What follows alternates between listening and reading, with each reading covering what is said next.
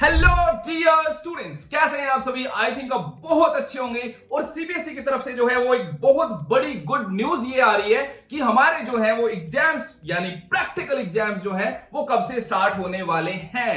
यहां पर दो कैटेगरीज हैं, एक है आपका विंटर बाउंड स्कूल और दूसरे हैं आपके रेगुलर स्कूल यानी कि समर बाउंड स्कूल्स। इनमें जो है वो दोनों में जो है वो प्रैक्टिकल्स की डेट जो है वो सीबीएसई ने रिलीज कर दी है। और अब जो है इस सर्कुलर के थ्रू जो है मैं आपको हर इंपॉर्टेंट पॉइंट जो है वो यहां पर बताने वाला हूं। तो चलिए हम स्टार्ट करते हैं फर्स्ट से। यहां पर देखिए ये जो डेट शीट आई है वो हमारी सिर्फ और सिर्फ जो है ये जो डेट हमारी मेंशन की है वो सिर्फ और सिर्फ जो है वो विंटर बाउंड स्कूल्स के लिए है। लेकिन यहां पर उन्होंने ये भी बताया है कि जो रेगुलर वाले स्कूल्स हैं यानी जो समर बाउंड स्कूल्स हैं उनमें जो हमारे प्रैक्टिकल्स एग्जाम स्टार्ट होंगे वो हमारे 1 जनवरी से स्टार्ट होंगे और वो नियर अबाउट जो है वो 25 जनवरी तक चलेंगे। इस बीच जो है हमारे रेगुलर स्कूल्स जितने भी हैं उनमें प्रैक्टिकल्स एग्जाम्स होंगे, चाहे आपका फिजिक्स हो, चाहे आपका केमिस्ट्री हो, चाहे बायोलॉजी, चाहे maths, whatever is the practical आपका जो वो होगा वो 1 जनवरी से लेकर 25 जनवरी के बीच में होगा। अब जो है हमारे जो विंटर बाउंड स्कूल्स हैं उनमें जो हमें डेट मिली है वो 5 नवंबर से लेकर और 5 दिसंबर तक यहां पर मेंशन किया गया है। 5 नवंबर से लेकर 5 दिसंबर के बीच में जो है उनके प्रैक्टिकल्स एग्जाम्स होंगे, चाहे वो फिर से physics, chemistry, maths, biology, whatever is that. ठीक है, इसके बाद जो मैं आपको अब इंपॉर्टेंट जितने भी पॉइंट्स हैं, वैसे भी मैंने सारे ऊपर जो बताए हैं आपको वो इंपॉर्टेंट पॉइंट्स हैं। अब यहां पर जो भी कुछ भी लिखा हुआ है फिर से यहां पर डेट मेंशन है कि आपके जो एग्जाम्स होंगे विंटर बाउंड स्कूल्स वालों के प्रैक्टिकल जो एग्जाम्स होंगे वो आपके 5 नवंबर से और 5 दिसंबर के बीच में होंगे। इसके बाद आता है यहां पर एक इंपॉर्टेंट पॉइंट और है, एंश्योरिंग एरर फ्री अपलोडिंग। जब आपके मार्क्स एक्सटर्नल एग्जामिनर और इंटरनल एग्जामिनर यानी अगर आपका फिजिक्स का प्रैक्टिकल है तो फिजिक्स के टीचर प्रेजेंट होंगे, अगर आपका मैथ्स का प्रैक्टिकल है तो मैथ्स के टीचर प्रेजेंट होंगे, केमिस्ट्री का प्रैक्टिकल है तो केमिस्ट्री के टीचर प्रेजेंट होंगे। यानी जो आपके टीचर हैं वो तो होंगे ही होंगे लैबोरेटरी में, और एक बाहर से जो है एग्जामिनर भी आएगा आपका वाइवा और प्रैक्टिकल लेने के लिए। अब यहां पर ये कह रहे हैं कि जब भी आपके मार्क्स लगेंगे तो आपका date of birth, name, father name, mother name, मतलब सब कुछ जो है वो आपका करेक्ट होना चाहिए। और फिर वो जो डेटा है जितने भी आपको मार्क्स मिले हैं प्रैक्टिकल्स में वो करेक्टली जो है अपलोड होने चाहिए ऑन द सीबीएसई वेबसाइट। ठीक है, ये स्कूल का काम है, ये स्कूल करेगा, है ना। यहां पे ये कह रहा है नेक्स्ट में अनफेयर मीन्स, यानी आप प्रैक्टिकल्स में जो है वो कोई भी आप अप्रोच ना लगाएं अपनी, चाहे इंटरनल एग्जामिनर के ऊपर चाहे आप एक्सटर्नल एग्जामिनर के ऊपर, आप कोई भी अप्रोच ना लगाएं। अपने प्रैक्टिकल्स जो है वो फेयर से, बिल्कुल फेयर तरीके से जो है वो आप दें।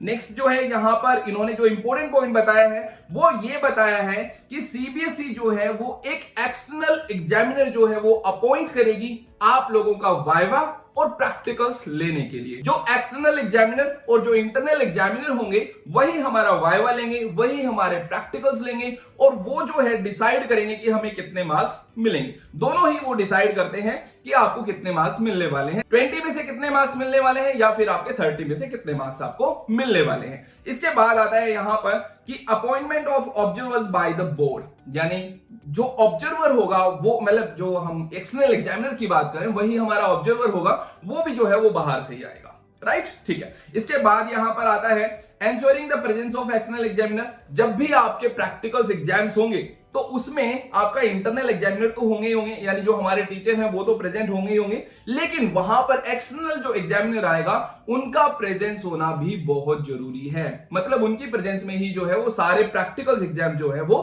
कंडक्ट कराए जाएंगे, राइट। इसके बाद यहां पर आता है इंस्पेक्शन ऑफ लैबोरेटरी। पहले जितने भी आपके अपरेटस, जो भी आपका प्रैक्टिकल एग्जाम होना है, लाइक फिजिक्स का होना है तो फिजिक्स के जितने भी आपके अपरेटस होते हैं वो सारे के सारे जो है वो अच्छे तरीके से चेक किए जाएंगे कि वहां पर कोई गड़बड़ तो नहीं है। उसके बाद जो है आपका प्रैक्टिकल हेल्ड कराया जाएगा। इसके बाद यहां पर आता है बैच एंड ग्रुप साइज।